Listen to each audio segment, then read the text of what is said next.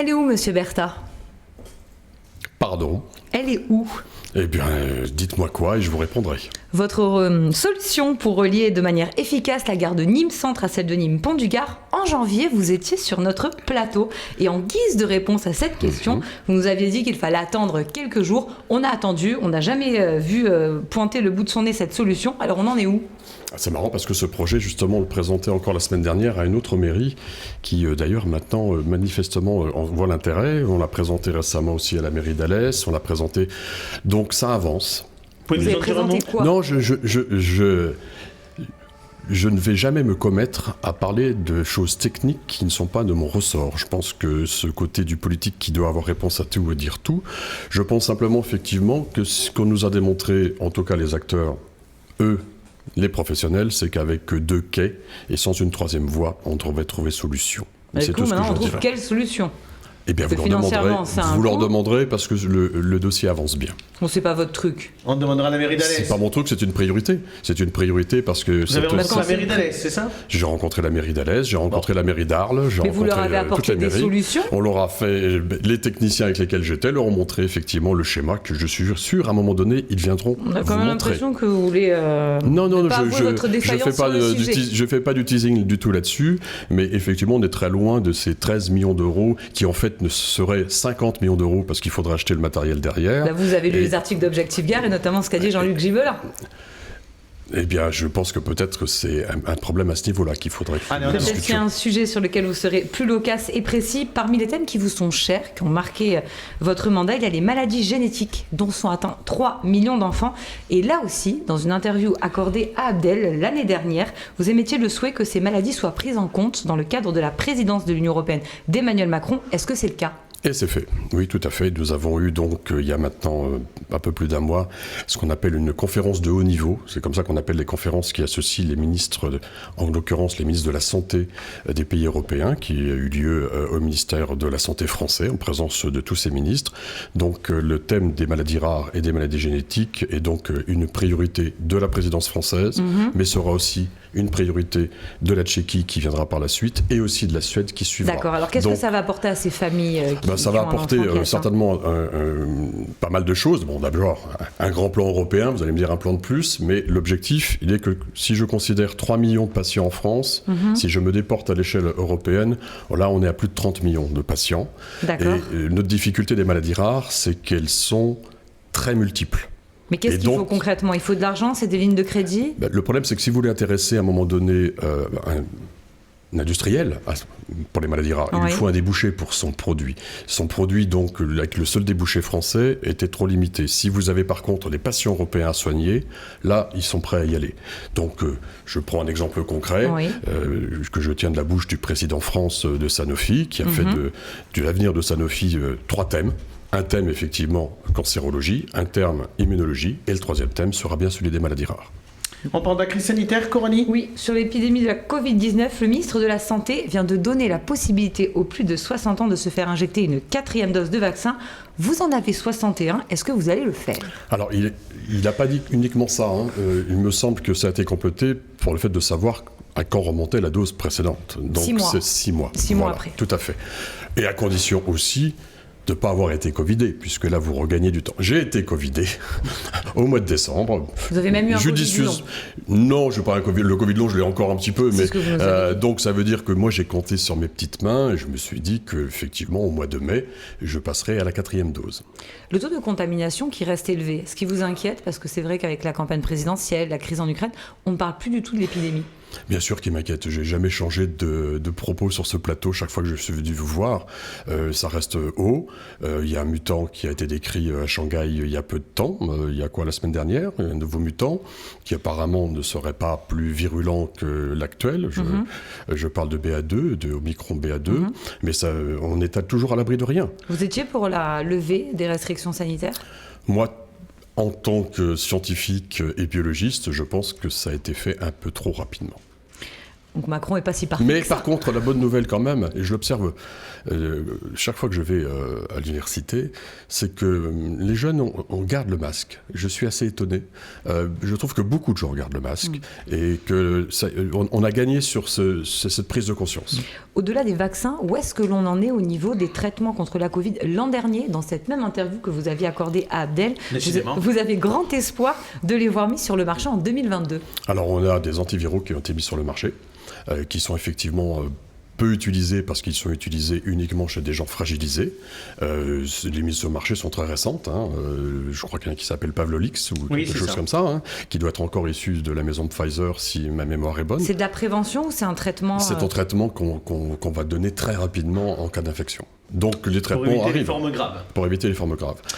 Oui, allez-y. Non, ce que j'allais dire justement, quand même, la bonne nouvelle, c'est qu'effectivement le taux d'infection reste important, ça c'est clair. On a le sentiment quand même qu'on quitte un plateau, qu'on est en zone redescente. On a compris maintenant quand même qu'on était quand même dans quelque chose de plus saisonnier que ce que l'on pensait au départ. C'est pour ça qu'il faut toujours avoir cette observation permanente de qu'est-ce qui se passe à ce moment en Australie, qu'est-ce qui se passe à Hong Kong, qu'est-ce qui se passe en Chine, parce que ça va d'est en ouest, évidemment, avec le changement saisonnier. Je dirais, l'espoir principal quand même maintenant, c'est vivement les premières chaleurs. La crise sanitaire, elle a mis aussi en avant la dépendance de la France, et vous l'avez dit, vis-à-vis des pays étrangers concernant tout un tas de sujets, l'agroalimentaire, l'énergie. Mais en ce qui vous concerne le secteur de la santé, on peut parler des masques, on peut parler des vaccins. Comment peut-on faire pour faire revenir ces industries en France ? Et comment, dans son programme, Emmanuel Macron répond à cette problématique ? Alors c'est effectivement le vrai drame national, enfin, entre autres. Je pense qu'il est là. Moi, j'ai fini le mandat par ma présence à une commission d'enquête sur la désindustrialisation de ce pays. Et je n'avais pas mesuré, avant d'avoir auditionné tous les grands capitaines d'industrie, même Montebourg, même le commissaire au plan. Non, c'est notre réalité industrielle qui est un effondrement progressif depuis la fin des années 80, où on a effectivement... Ça, on l'a dit, on l'a répété, mais qu'est-ce qu'on fait ? Attendez, j'y viens, parce que je pense que les chiffres sont quand même importants, parce qu'ils sont parlants. Aujourd'hui, la part de l'industrie dans notre richesse nationale, ce qu'on appelle le PIB, c'est 9%. En Allemagne, c'est 25%. En Italie, c'est 21%. En Espagne, c'est 15%. Donc on nous a vendu une espèce d'économie de service. On allait devenir une espèce de parc Astérix où effectivement on allait vivre du tourisme sans penser que le départ c'est l'industrie. Alors la réponse à ça, c'est que, en tout cas dans le secteur de la santé, puisque c'est votre question, ce que j'observe depuis quelques mois, c'est juste incroyable. C'est d'ailleurs ce que je reporte à mes étudiants, c'est le niveau d'investissement, outre des acteurs français qui rapatrient un certain nombre de leurs activités dans le domaine de la pharma, mais surtout aussi des pharma internationales. Alors je vais prendre deux exemples. Premier exemple, Sanofi a annoncé il y a un mois la construction d'un grand centre sur la région lyonnaise, malheureusement, pas chez nous, avec 1 milliard d'euros à la clé autour des technologies ARN. J'ai récemment rencontré le président de Novartis France, qui est aussi le président du syndicat d'industrie pharmaceutique, Frédéric Collet, qui a annoncé 500 millions d'euros pour développer effectivement des thérapies géniques et des thérapies cellulaires. C'est de leur propre initiative, ils ne sont pas aidés par l'État. Non, ils ne sont pas du tout aidés, ils trouvent... Il y a deux arguments. Moi, je pense que j'ai auditionné pratiquement tous les capitaines d'industrie pharmaceutique et biotechnologique de ce pays en 5 ans pour voir un petit peu leur ressenti. Et puis, avec une question qui était toujours la même. Je posais systématiquement toujours la même question. C'était, mais pourquoi vous êtes encore en France ou pourquoi allez-vous revenir en France ? La première réponse m'a surprise parce qu'il faut aussi savoir que de 2010 à 2018, le budget de la recherche dans ce pays a baissé de 30%. Cherchez l'erreur. Après, là, il a augmenté dans la nouvelle programmation. On s'étonne pourquoi on n'a pas sorti de vaccin. Eh bien, malgré ça, tous m'ont répondu, on vient d'abord pour la qualité de la recherche. En particulier d'ailleurs en cancérologie. Le deuxième élément, qui est un élément aussi moteur, que bien sûr tous les populistes veulent tout de suite supprimer, ce qui permettrait effectivement à toutes ces entreprises de repartir illico, c'est le crédit impôt recherche. Le crédit impôt recherche est une aide effectivement qu'ils viennent chercher, qu'on est obligé effectivement aussi de maintenir, parce que ce modèle qui a été très discuté à l'époque, où même l'Europe n'était pas sûr que nous ayons l'autorisation de le faire. Aujourd'hui, il a été copié partout. Et donc, ce sont les deux arguments princeps qui font que ces industries viennent en France et vont venir de plus en plus. La question de Philippe à notre invité. Monsieur le député, nous allons terminer votre mandat dans quelques semaines. Qu'est-ce que, en trois idées sur la circonscription, votre circonscription et à l'échelle nationale, qu'est-ce que vous auriez aimé faire davantage à l'Assemblée nationale ou sur le territoire sur lequel vous êtes élu? C'est une bonne question parce que c'est toute l'ambiguïté du mandat d'un député depuis quelques années, c'est-à-dire depuis cette mandature, puisque la première grande réforme qui a été faite, qui était la réforme de la moralisation de la vie publique, a complètement changé la donne sur la fonction du député. C'est-à-dire que le député aujourd'hui, sur sa circonscription, je vais vous faire un aveu, il ne peut pas faire grand-chose. Et c'est très compliqué parce que la population est en attente, mais en fait on ne peut pas faire grand-chose parce que quand l'État fait, c'est la préfecture qui fait. Françoise Dumas ne va pas être d'accord avec vous, parce qu'elle a notamment milité pour faire venir une prison à Nîmes. Tous les députés ne risquent pas d'être d'accord avec vous. Mais c'est pas grave, continuez à répondre à la question. Oui, enfin bon, sur la prison, je pourrais aussi en parler, c'est autre chose. On peut partir avec un des prioritaires. On arrive effectivement, mais c'est très marginal. Donc aujourd'hui, vraiment, le mandat de député est un mandat beaucoup plus inscrit sur cette notion de député de la nation. C'est-à-dire qu'on nous attend vraiment à Paris. En plus, on a été dans une mandature, et tous les chiffres le prouvent, exceptionnellement réformiste. On a fait un nombre de réformes absolument incroyables, sans commune mesure avec ce qui était fait avant. Et c'est aussi l'importance, alors je plaide peut-être pour ma paroisse, mais je dis les choses telles que je les ressens, l'importance et l'intérêt aujourd'hui, encore plus que jamais, de porter vers le mandat de la députation des gens qui ont vraiment un champ de compétences. Donc quel qu'il soit, ça peut être un boulanger, ça peut être un universitaire, ça peut être un médecin. On ne sait pas pour qui vous dites ça. Mais qui puisse réellement à Paris participer à, et ne pas être une simple machine à voter ce qu'on lui dit de voter. Et c'est pour ça d'ailleurs que je suis assez heureux du mandat que j'ai effectué, je ne le cache pas, parce que j'ai pu avoir finalement à ma disposition, ou en tout cas à travers les textes de loi, à travers les amendements, à travers les commissions, à travers les groupes d'études, tout ce que je souhaitais, tous les domaines dans lesquels j'avais envie de mettre ma petite pierre à l'édifice. Qui va se poursuivre après juin prochain si vous êtes réélu à nouveau. Alors ça, c'est pas du tout l'ordre du jour. Enfin, moi, je vais répondre toujours la même chose parce que je comprends pas cette question. Cette question, d'abord, la question, c'est pas d'être élu. La question, c'est d'être élu pour quoi faire. D'être réélu. Ou réélu pour quoi poursuivre. Faire. Voilà, les travaux que vous avez entrepris. C'est déjà une bonne question.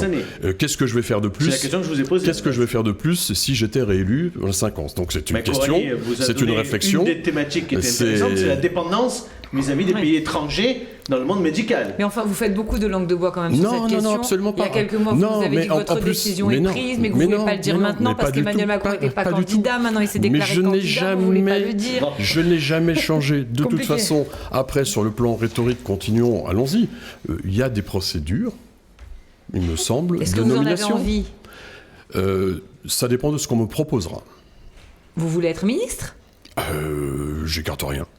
Donc si vous n'êtes pas ministre, vous ne serez pas candidat. Si En Marche ne vous propose pas... Non, mais ça moi, marche je pas suis comme votre ça. fil de réflexion. Ça marche pas comme ça. Ça marche pas du tout comme ça.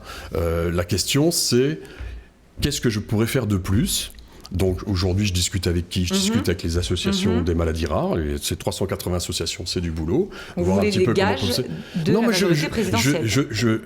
Je veux être utile. J'ai l'âge que vous avez gentiment mentionné tout à l'heure pour me rappeler à quel point j'étais vieux. Merci Coralie. 61 ans, c'est pas vieux. Oui. Vous allez continuer à travailler jusqu'à 65 ans. Oui, alors là aussi, on pourrait revenir sur l'âge de la retraite parce que c'est un résumé. La retraite à 65 ans. Monsieur Devez meurt d'envie de poser sa question. Peut-être c'est pas la retraite à 65 ans pour tous.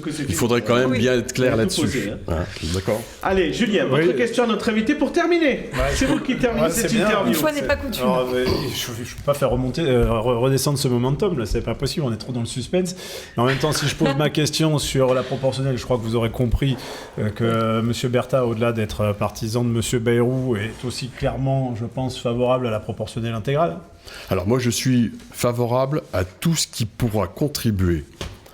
Et je pense que ça ne suffira pas, la proportionnelle, et certainement pas la proportionnelle intégrale, en tout cas, c'est pas ma vision. Tout ce qui peut contribuer à retisser le lien avec le citoyen. Je crois qu'aujourd'hui, l'un des maux de cette société, c'est qu'on n'a plus confiance dans l'élu. Combien de fois j'aurais entendu « tu as été élu avec 30% au premier tour, avec 40% de participation ».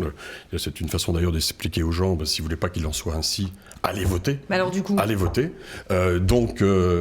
Moi, sur la proportionnelle, si la réponse, oui. Moi, je pense que les extrêmes qui nous font souci aujourd'hui, parce qu'on sait comment ils mettraient à mal notre démocratie et notre pays, je préfère les combattre à l'intérieur. Aujourd'hui, la représentation du Rassemblement national, c'est Madame Le Pen qui vient un quart d'heure le mardi de 15h à 15h15. C'est à peu près les seuls moments où j'ai pu la croiser en 5 ans. Pourquoi ? Parce qu'il y a de la presse à rencontrer, c'est des questions au gouvernement. Et en plus, en repartant avant tous les autres, elle est sûre de pouvoir avoir encore un espace presse. Donc moi, ce que je veux, c'est effectivement démontrer que leurs propositions, ce sont des propositions complètement nihilistes qui conduiraient ce pays à une catastrophe dont malheureusement peu d'entre nous en mesurent. Merci, en tout cas, monsieur le député, d'avoir répondu à toutes nos questions. Vous avez la réponse ou pas? Non, si, absolument, la réponse. Du coup, j'allais dire que je ne posais pas la question de la proportionnelle, mais Philippe, il y a quand même posez votre réponse. question, c'était quoi votre question? Non, je voulais savoir si, vous parliez de compétences, vous aviez le sentiment, justement, que le monde politique était suffisamment formé aux enjeux de l'écologie et du changement climatique. Vous avez 40 secondes. J'ai 40 secondes. Alors la réponse, déjà, je voudrais dire que là aussi, il faut tordre le cou à un certain nombre de choses. Sur le plan environnemental, je crois qu'on a beaucoup fait. Allez, 40 secondes. Notre-Dame-des-Landes, Fessenheim, on a effectivement pris la décision d'interdire toute extraction d'hydrocarbures sur ce pays, ce qui est quand même aucun autre gouvernement ne l'avait fait. On a aussi, bien sûr, ça peut être discuté à cause des 3 ans de moratoire, le glyphosate, j'étais dans la commission, donc je peux en parler. Les nicotinoïdes, je peux en parler aussi. Donc on a travaillé, certainement pas assez vite. On a des objectifs de décarbonation qui sont affichés, qui n'auront d'ailleurs un sens que si nous travaillons demain, et que si les circonstances politiques le permettent, avec l'Europe. Parce que si nous jouons effectivement notre petit terrain Astérix gaulois, ça ne suffira pas. Donc sur le plan environnemental, nous avons beaucoup travaillé. Après, sur la formation des élus, je suis complètement d'accord avec Julien, il y a beaucoup de boulot. Je rappelle, puisque nous avons failli perdre le droit de faire des tests génétiques dans ce pays, à 2 voix près, pendant une nuit où les Républicains ont trouvé intelligent d'interdire les tests génétiques, c'est-à-dire d'envoyer à la mort directement, sans possibilité de les soigner, les 3 millions d'enfants dont vous parliez tout à l'heure.